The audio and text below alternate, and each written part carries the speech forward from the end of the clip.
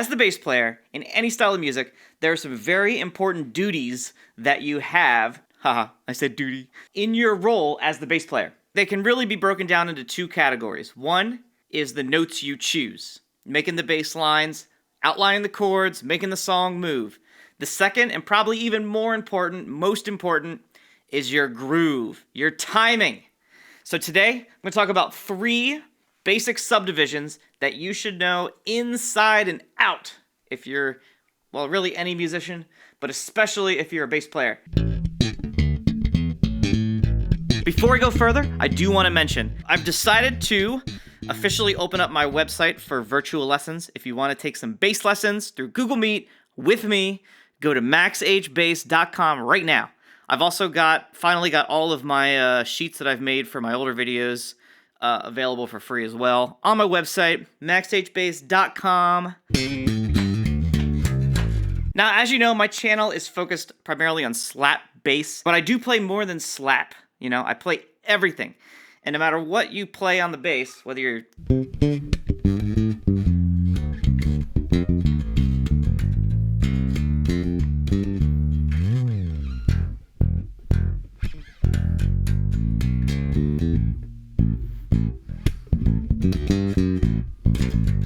or even, dare I say, if you play with a pick.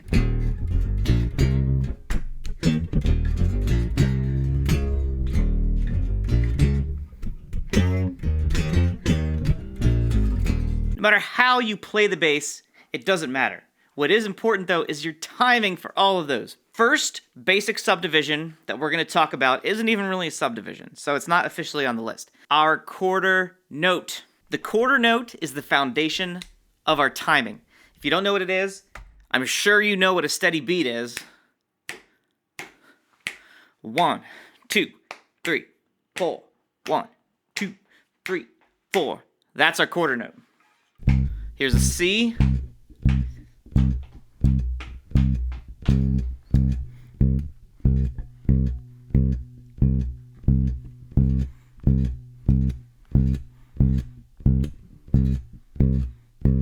So having a good sense of that steady pulse is an imperative starting point. Let me pull up my metronome, 96 BPM.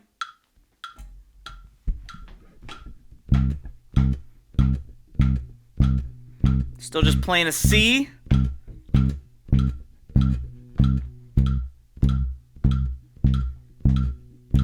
Oh, I rushed a little bit.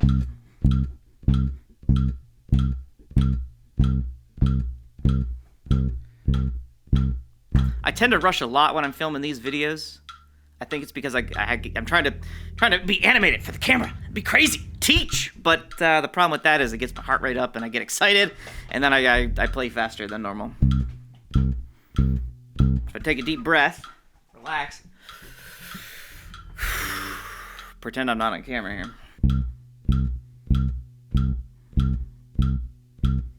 Honestly, just doing that for a couple minutes a day, setting a click at a reasonable tempo.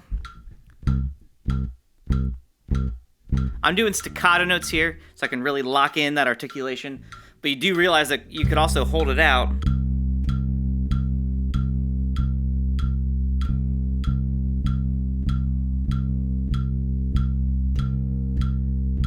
If you just take a couple minutes every day just to practice with a metronome, nice, even pulses, trying to lock in that feel. Now, the reason I don't really want to call a quarter note a subdivision is because the quarter note is kind of like the basis for the next notes that I'm going to talk about. First is eighth notes.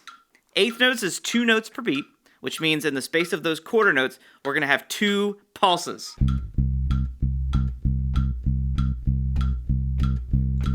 One and 2 and 3 and 4 and 1 and 2 and 3 and 4 and 1 and 2 and 3 and 4 and... Now here I'm doing something interesting. I'm doing short, long, short, long, short, long, short, long, short, long, short, long, short. Just to add some momentum to the groove I'm playing. But you could also just do it straight up long. If this is a new kind of exercise to you, I would probably recommend just holding that note down, or even just doing an open string and letting it ring out, so that way you can really focus on that right hand, getting that timing locked in.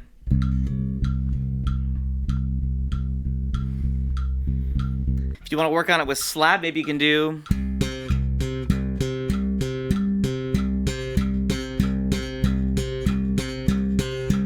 just some slap pop on some octaves.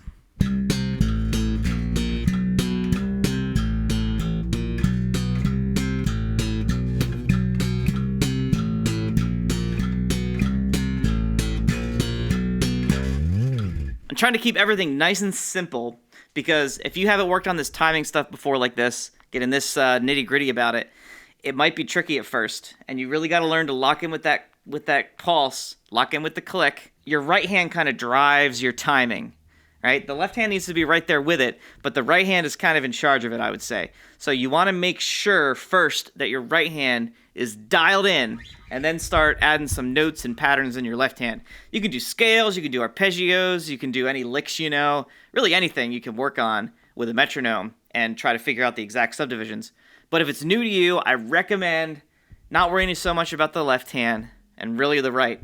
Well, if you play left-handed bass, then I guess you're worried about the left hand, and whichever hand is doing this or this. Probably most of you is the right hand. Put it in the comments if you play left-handed bass. I'm curious if anyone's out there watching who plays left-handed. So that's eighth note. The next one I'm going to talk about is an eighth note triplet.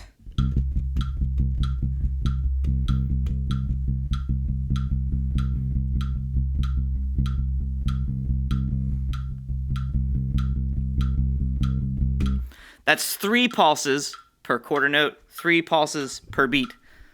So if you missed it, I did an entire video, borderline rant, about triplets. I'll put a link to it in the card here in the description. So this is just the tip of the iceberg of triplet feel and how to understand it. Really, the thing that people get wrong is not doing exact, even subdivisions.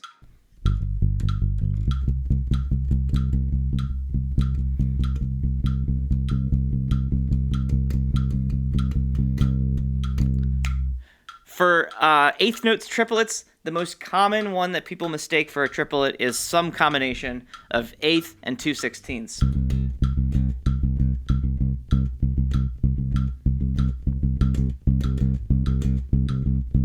Those are not triplets.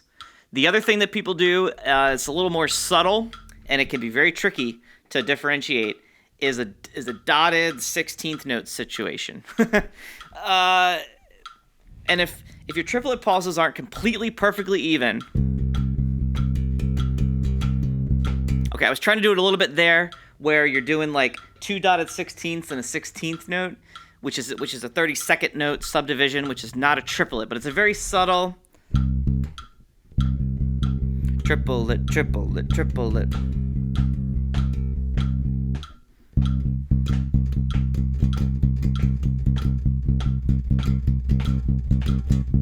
It's actually hard for me to do intentionally, but once you really get this triplet sound in, you can pick up on that 32nd note one when people are playing it, but that's sort of getting into the weeds. There's some slap octaves for you. Just doing slap, pop, slap, slap, pop, slap, slap, pop. Triplet, triplet, triplet.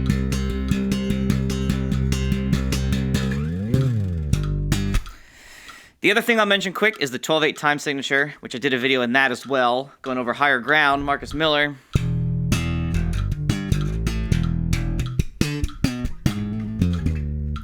Whoop.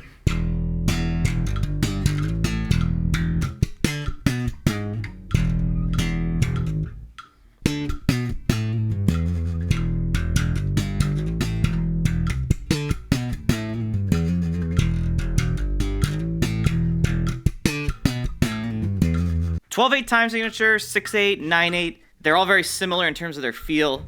Technically, it's not a quarter note pulse, but we can think of it that way. We can think of it as just a quarter note pulse, and every single beat, triplet, triplet, triplet, triplet, triplet, triplet, has a triplet in it. But technically, it's going to be a dotted quarter note, which is equal to 3/8 notes. But because there's a number of eighth notes divisible by 3, we're going to think of it as just every single pulse has 3 notes. That was a lot, probably, but just think of it this way. Any time signature with an 8 on the bottom, Just pretend you're playing quarter notes, and each quarter note has 3 subdivisions.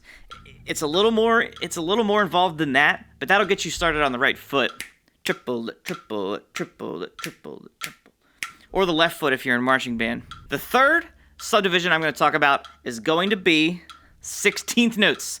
That's 4 notes per beat. If you're wondering about the names of these notes, they all come from a measure of 4/4 time. So in 4/4, we have 4 quarter notes per measure. If we split each of those quarter notes in half, so there's 2 notes per quarter note, there's going to be 8 of them in a full measure, hence an eighth note, because 1/8 note is 1/8 of a full measure in 4/4. Sixteenths, there would be 4 per beat, which gives us 16 total in the measure. So 1/16th note is equal to 1/16th of a full measure. That's where the names come from. Maybe that's helpful to you, maybe it's not. It doesn't matter what time signature you're in though, the subdivisions always work the same. It's just that the naming of them is based on 4/4, common time. 16th notes. 1E and a 2E and a 3E and a 4E and a 1E and a 2E and a 3E and a 4E and a...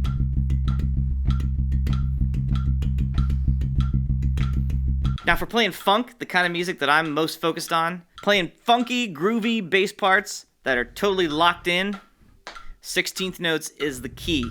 Think like my favorite one to play, Deantown.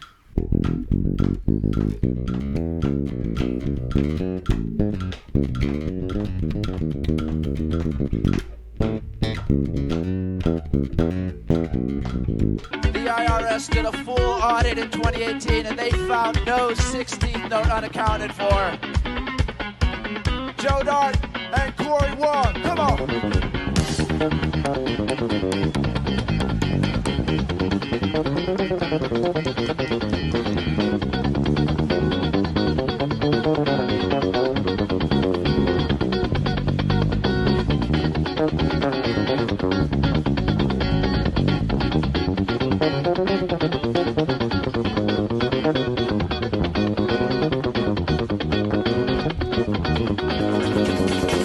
No 16th note left unaccounted for. I love that because it's just, when you want to really be locked in and groovy with your timing, you got to know exactly where all your notes are and exactly what you're trying to do with them.